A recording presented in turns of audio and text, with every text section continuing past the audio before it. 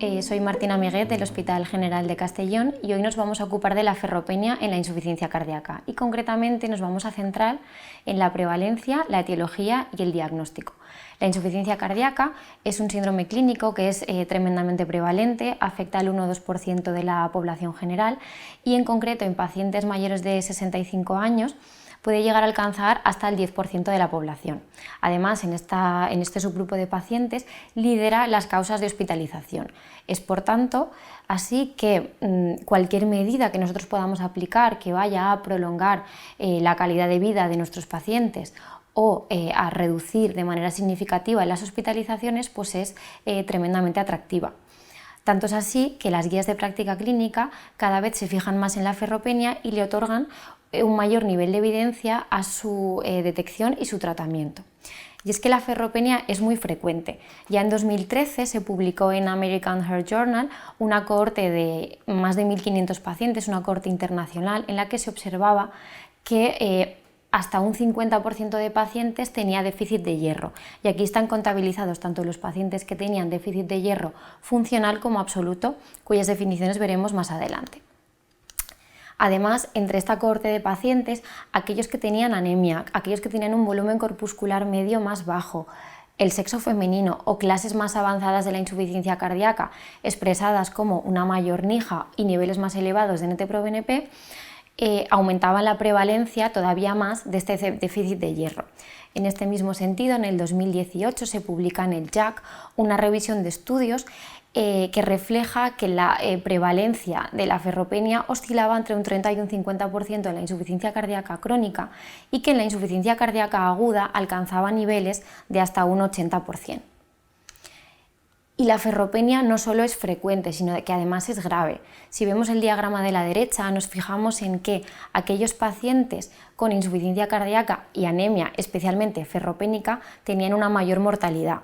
Y no solo eso, sino que además, aun sin anemia, como vemos a la izquierda, aquellos pacientes con déficit de hierro que tenían insuficiencia cardíaca tenían una supervivencia significativamente inferior que los pacientes sin ese déficit de hierro y por lo tanto podemos decir que el déficit de hierro en la insuficiencia cardíaca sí tiene un impacto en la mortalidad. Hablar de la homeostasis del hierro es un tema muy amplio que no es el objeto de esta píldora porque ello nos llevaría a una sesión entera, por lo que vamos a dar simplemente unas breves pinceladas. Del total de hierro ingerido en la dieta únicamente se absorbe de un 10 a un 20% y esto ocurre en general a nivel de los enterocitos del duodeno. La absorción de hierro desde el enterocito hasta el torrente sanguíneo se produce mediante un transportador que se llama ferropontina. El transporte de hierro a nivel del torrente sanguíneo ocurre a cargo de la transferrina y sus depósitos a nivel hepático y a nivel del sistema retículo endotelial se producen mediante la ferritina.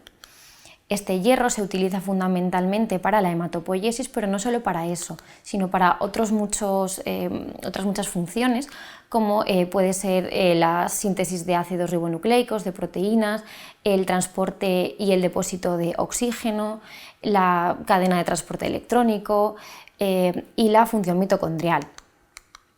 Si existe un punto crítico en la regulación del metabolismo del hierro, este es la hepcidina. La hepcidina es una proteína de síntesis hepática que se produce en respuesta a determinados estímulos, como puede ser la inflamación, que es tan característica de las patologías crónicas como es la insuficiencia cardíaca, y lo que hace la hepcidina al aumentar es disminuir la expresión y la función de este receptor de ferropontina que comentábamos y por lo tanto al elevarse la hepcidina la ferropontina es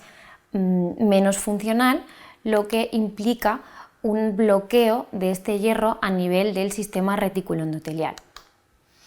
Así pues, nosotros al hablar de un déficit absoluto de hierro, hablamos de una depleción de estos depósitos de hierro. Para diagnosticarlo, el gold estándar sería realizar una biopsia de médula ósea, pero claro está, esto no es práctico a nivel clínico y por lo tanto sí que se ha visto a lo largo de múltiples trabajos que existe una correlación entre este contenido de hierro en la médula ósea con la ferritina tisular, que a la vez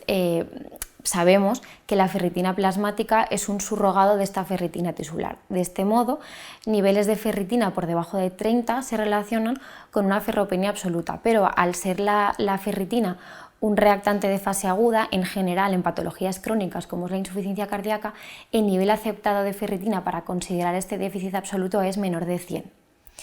En contraposición, nosotros, para hablar de un déficit de hierro funcional, estamos en la situación en la que los depósitos de hierro son adecuados, pero no se puede satisfacer de manera adecuada la demanda metabólica de los tejidos para llevar a cabo su metabolismo celular. ¿Por qué? Pues porque este hierro está presente en el organismo, pero no está disponible, es decir, hay un bajo contenido de hierro en la transferrina, hay un bajo índice de saturación de la transferrina y en general se acepta un nivel de menos un 20%. La transferrina es una proteína que también es de síntesis hepática y se afecta en situaciones como puede ser la caquexia o la desnutrición, que también son características de la insuficiencia cardíaca.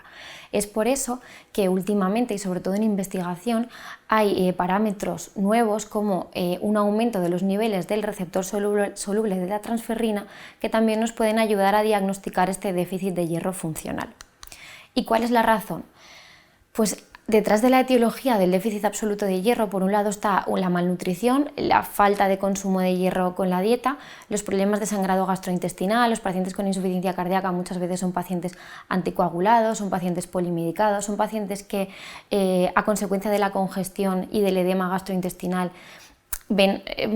comprometida la absorción. Además son pacientes que toman quelantes de fosfato, inhibidores de la bomba de protones, y al final todo esto puede afectar o bien por falta de aporte o bien por aumento de las pérdidas de esos depósitos de hierro. Y por otro lado, y esto es más típico de patologías crónicas como es la insuficiencia cardíaca, existe una inflamación que hace que aumenten esos niveles de hepcidina, que se perpetúa a través de citocinas inflamatorias como la interleuquina 1, la interleuquina 6, el factor TNF-alfa.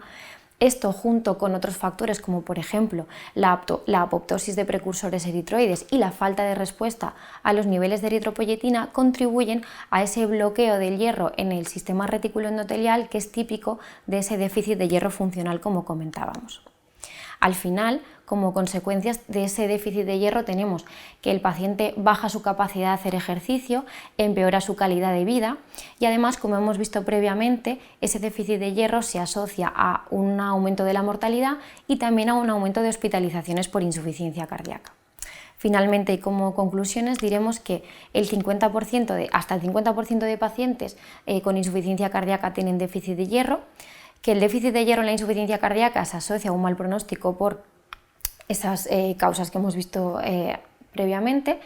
que la inflamación crónica, que es tan típica de la insuficiencia cardíaca, contribuye a un aumento de la hepcidina, que a su vez conduce a un bloqueo del hierro a nivel del sistema reticuloendotelial,